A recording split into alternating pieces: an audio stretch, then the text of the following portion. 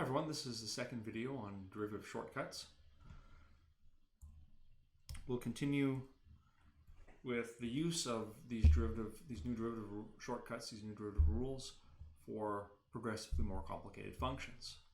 We already saw how to take the derivative of x to a power. Now we're going to look at taking the derivative of a constant times x to a power. The rule that we'll use is actually, we're going to need two rules. We're going to need the x to the n derivative rule, and we're going to need the factoring of a constant rule. So f prime of x is equal to the derivative of 3x to the power of 10.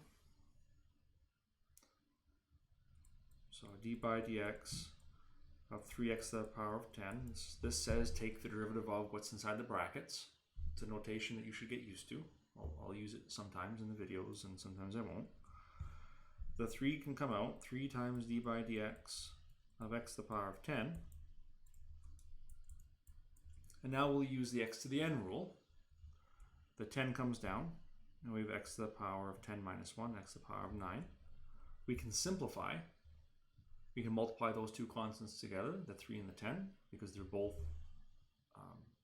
raised to the power of 1. They both have the same exponent, so we can just multiply them. So 30 x to the power of 9. We will do this type of derivative in one step. We'll just say the 10 will come down and hit the 30, and the power gets reduced by 1, 9. The steps in the middle are just because this is the first time we're doing it, and I want to explicitly show the definitions. Okay, next. Well, it looks like we're in trouble, because this is not the same type of function. This is not a x to the power of n, and this is not a constant times x to the power of n. Or is it? Let's take a closer look. Still doesn't look, even if I get closer, it doesn't look like it. Well, it's not getting closer that we need to do. We need to think about how can we reformulate this function so it fits the template of the rules that we've already seen. Remember, if an exponent, well, first, remember, square root means exponent 1/2. Also remember that if there's an exponent in the denominator, we can bring it up to the numerator by making it negative. So I'm going to do that in two steps. What I'm going to write is not the derivative. I'm going to write the function. This is 8 over x to the power of 1/2, which is the same as 8 times x to the power of negative 1/2. Now it's ready for a derivative. Now find f prime of x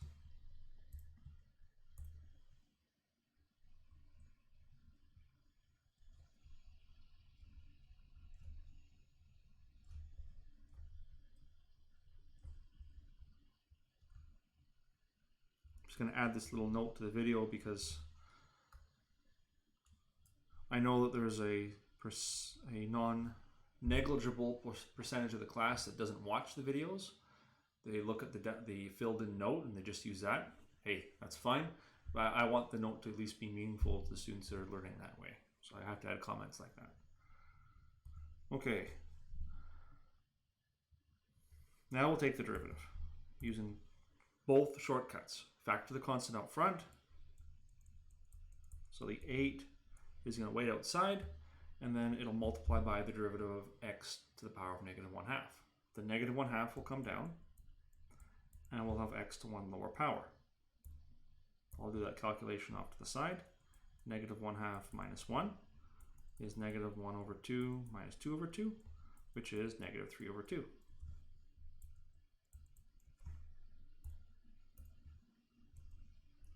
Okay, we can simplify. Just as we multiply the 3 and the 10 together to make 30, we can multiply the 8 and the negative 1/2 together to make negative 4. Negative 4 times x to negative 3 over 2. I'll circle that, and I'll say, or negative 4 divided by x to the positive 3 over 2. So they're equivalent. All right, last one here is actually asking you to do the same thing. It's just asking a different notation. What is the derivative of f of t with respect to t? It's using t as a variable instead of x. For f of t is equal to negative 2t to the power of 5. So this is f prime of t. This is f prime of t.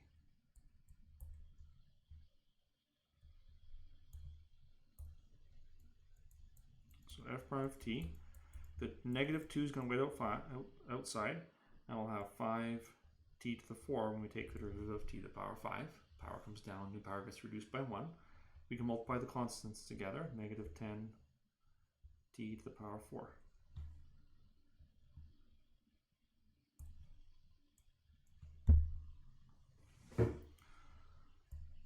And truth be told, you don't need to show that step either.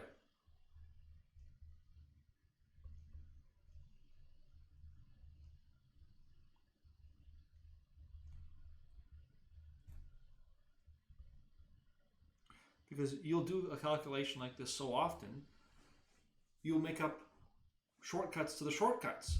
You'll say, well, the old number is going to come down and multiply immediately by the number that's in front. So the 5 comes down, multiplies by the negative 2 to make a negative 10 right away. And then the new power gets reduced by 1, power 4. Now you have it all in one line. And this is what we do. We make shortcuts, and then we make shortcuts to those shortcuts, and then we make shortcuts to those.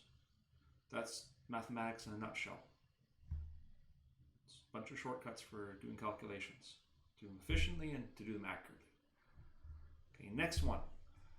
In this example, we're going to combine the rules that we already used with a rule that we haven't. The rule for adding and subtracting functions and taking the derivative of that combination. I'm not going to show all the rules for this.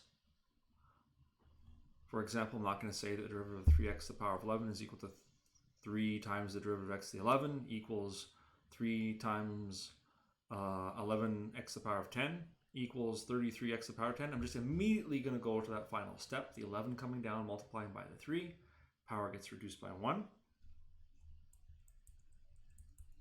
So 33x to the power of 10 plus, now we do the next derivative separately from that one, the derivative of 2x to the power of 4, because that's what the rule says, that we chain together the independently completed derivatives of each of the pieces, as long as these pieces are only connected by plus signs or minus signs. Everything changes if the pieces are connected by multiplication or division. Okay, so the 4 comes down, multiplies by the 2, even 8x to the power of 3, minus here the 2 comes down, 8x to what power? Power 1. We don't need to write the power 1. You can if you want, but it's not necessary. Minus derivative of 7. X is just 7, and then plus derivative of 5 is 0. I'm going to add in some comments here. D by dx 4x squared is equal to 8x to the power of 1, which is 8x. We don't need to write the 1. Write a comment for the next piece, that d by dx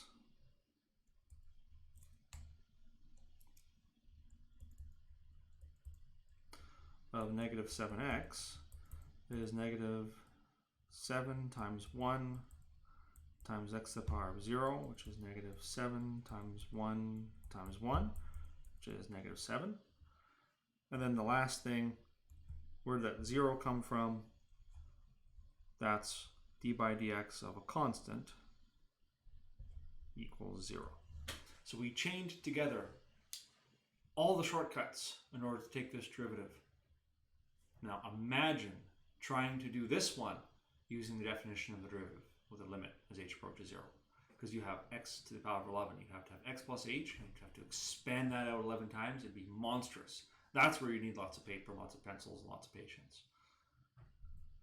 Now, we don't need to actually keep the plus 0 there, so I'll write one more line underneath. This is 33x to the 10 plus 8x to the 3 minus 8x minus 7.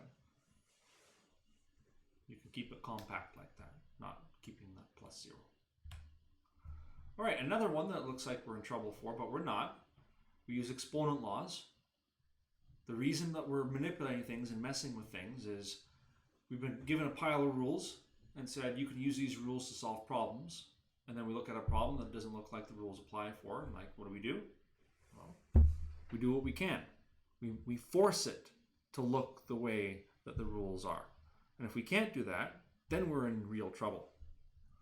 then we need more rules. So g of x, before taking the derivative, I'm not differentiating yet. 3x to the power of negative 3 minus 5x to the power of 4 from exponent laws. And now it's ready. It has everything it needs.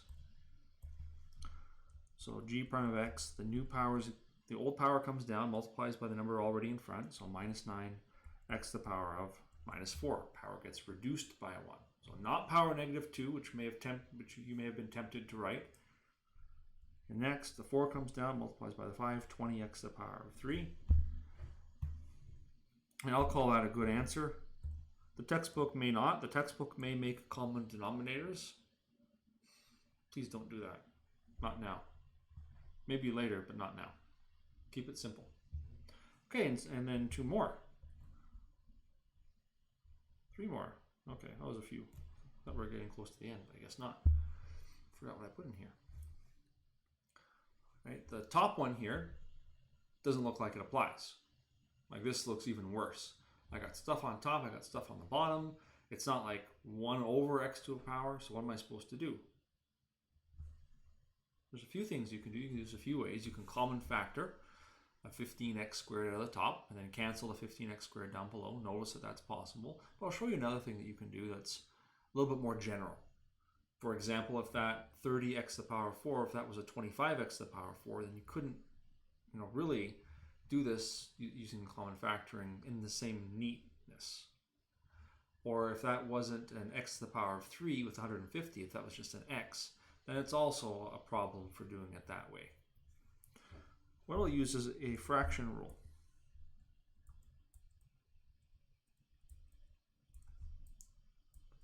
That a plus b over c is equal to a over c plus b over c.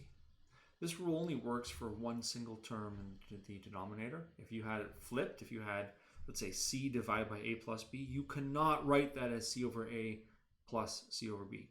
But for this formulation, you can split it up like that, no problem. You can always do that. There's never a place where it's forbidden to use this fraction rule. Oh, we're not ready for the derivative yet. I gotta be careful. F of x, not f prime of x, equals 15x to the 7 over 15x squared plus 30x to the 4 over 15x squared plus 150x to the 3 over 15x squared. We simplify each of those terms. 15's cancel. X to the 7 minus 2, x to the power 5. 30 over 15, 2. X to the power of 4 minus 2, 2. And then 150 over 15 is 10. X to the 3 over x to the 2 is x to the 3 minus 2, which is x to the power of 1. So just 10x. Now we'll take the derivative.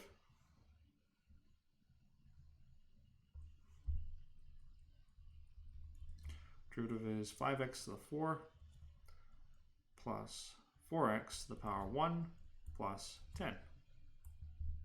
So it looked impossible, but we just had to think, how do I make it look like a polynomial?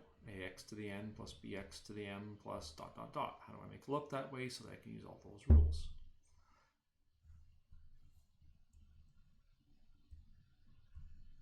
And it's worth highlighting that it asked us for df by dx, which means find the derivative of f, find f prime.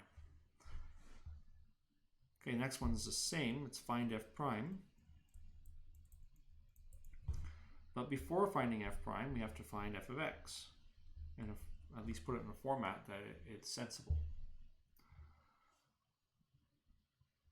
Okay, 1 over 15x squared, we can bring the x squared up as an x to the power of negative 2. There's a 1 divided by 15 multiplying that. I'm going to write it that way, 1 over 15 x to the power of negative 2 plus 2x to the power of negative 15 minus 1 over 15 x squared. So I use a fraction rule that says a over b is equal to 1 over b times a. Like x over 2 is the same thing as 1/2 of x. A pizza divided by 2 is the same as 1/2 of a pizza. So I use that to simplify the expressions and make each look like the terms that we were taking the derivative of previously. Okay, now take the derivative. The negative 2 comes down, so we have negative 2 over 15 x power negative 3, power gets reduced by 1. Then negative 30, negative 15 comes down, multiplies by the 2, so negative 30, x to the power of negative 16. And the last one, minus 2 over 15, x to the power of 1.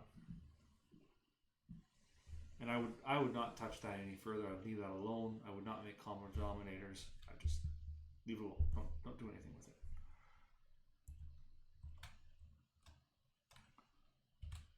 All right. It seems to be getting worse as we go. Differentiate the function. And notice that the instructions are different in subtle ways each time, or at least they look different in subtle ways each time, but they're actually all the same. They're all asking different, in different ways, they're all asking for the derivative of the function. W of x, I'm going to use the fraction rule first, x to the power of 3 over x minus x to the power 1/2 over x. I did two things at once. I use a fraction rule. A plus b over c is equal to a over c plus b over c. It also works for minus. And I converted the square root into power 1/2. So 2 steps. Okay, now we are going to simplify. X cubed over x is x to the 2 minus, I'll do this calculation off to the side, 1/2 minus 1, because there's a power 1 there on the x. Is 1 over 2 minus 2 over 2, which is negative 1 over 2.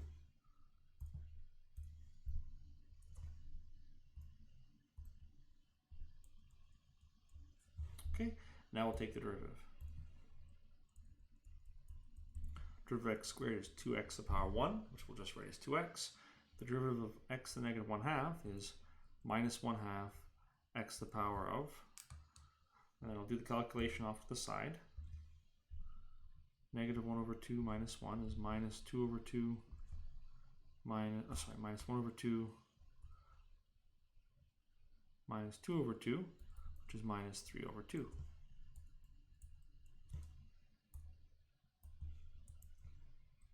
So 2x plus 1/2 x to the negative 3 over 2.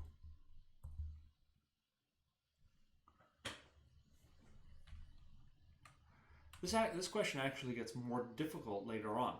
The same question gets more difficult because you're going to learn more strategies. You're going to learn another method. You're going to be tempted to use it. You'll see this function. You'll say, oh yeah, this is one of those. And it's much easier to do what was just done here than it is to use that formula that you'll learn very, very, very soon.